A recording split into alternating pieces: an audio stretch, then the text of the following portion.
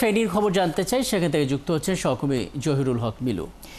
মিলু, আসলে এই যেই বৈরী আবহাওয়া চলছে তাতে সবচেয়ে বেশি ভোগান্তিতে পড়েছে বোধহয় ফেনী, কারণ সেখানে রেকর্ড পরিমাণ বৃষ্টিপাত এখন পর্যন্ত বিচার করা হয়েছে। সেক্ষেত্রে আসলে পরিস্থিতি কেমন দেখছেন, ভোগান্তি কেমন রয়েছে, আবহাওয়া অফিস আসলে কি বলছে এবং আশ্রয় কেন্দ্রে কি পরিমাণ মানুষকে নিয়ে যাওয়া সম্ভব হয়েছে? আপনি জানেন যে ফেনীর কহুয়া, মুহুরী এবং সিলোনিয়া এই তিনটি নদীর পানি বিপদসীমার উপর দিয়ে প্রবাহিত হচ্ছে বলে আবহাওয়া অফিস জানিয়েছে। আমরা এখন যেখানে দাঁড়িয়ে আছি সেটি ফুলগাজী শ্রীপুর ইউনিয়নের মধ্যপাড়া অবস্থানে। তো এখানকার আমরা দেখতে পাচ্ছেন যে আমার পিছনে যে একটি বাঁধ ভেঙেছে এবং এই বাঁধ ভাঙার কারণে এখানে অনেক মানুষ ক্ষতিগ্রস্ত হচ্ছেন। এরকম ফেনীর ফুলগাজী এবং পরশুরামে মূলত 16টি স্থানে বাঁধ ভেঙেছে এবং বাঁধে 50,000 মানুষ এখন অনেকটা পানিবন্দী আছে।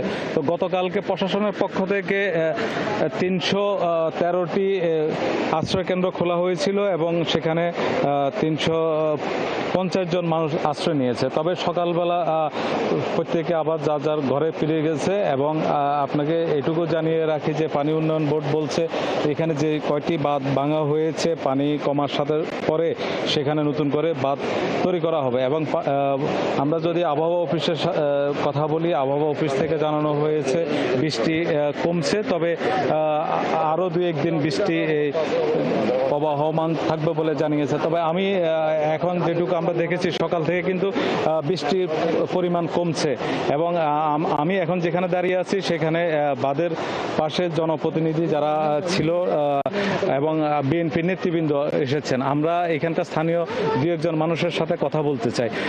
আমি এখানে আমার সাথে যুক্ত হচ্ছেন এখানকার বিএনপির নেতা এবং সাবেক চেয়ারম্যান। আমি আপনার কাছে জানতে চাইবো, এই যে বাঁধ ভাঙছে এই বিষয়ে বারবার কেন ভাঙে?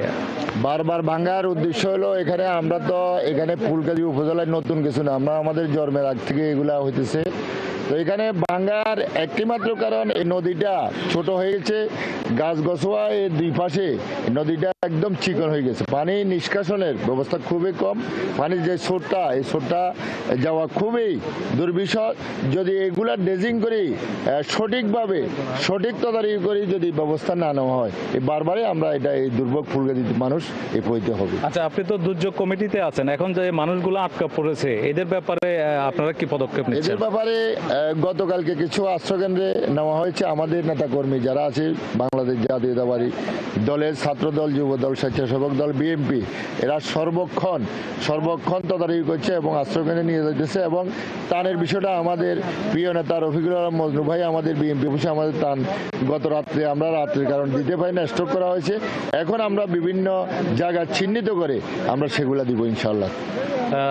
রাকিব, আপনি জানছেন যে এখানকার যারা আটকা পড়ছে তাদের জন্য বিভিন্ন ভলেন্টিয়ার টিম কাজ করছেন। তো তারা আমাদেরকে যেটুকু জানিয়েছেন যে পর্যাপ্ত ত্রাণের ব্যবস্থা আছে, তবে এখন পর্যন্ত ক্ষতিগ্রস্তরা জানিয়েছেন যে এখন পর্যন্ত কোনো ত্রাণ আসেনি অভিযোগও রয়েছে। এবং আপনি তো আছেনই, আবহাওয়া সহ ক্ষতিগ্রস্ত যারা আছেন তাদের ভোগান্তির খবরও নিশ্চয়ই পরবর্তীতে ধাপে ধাপে জানতে পারবো। সহকর্মী জহিরুল হক মিলু আমাদের সঙ্গে যুক্ত হয়েছিলেন এবং ফেনীর আবহাওয়ার খবর আমাদেরকে জানাচ্ছিলেন।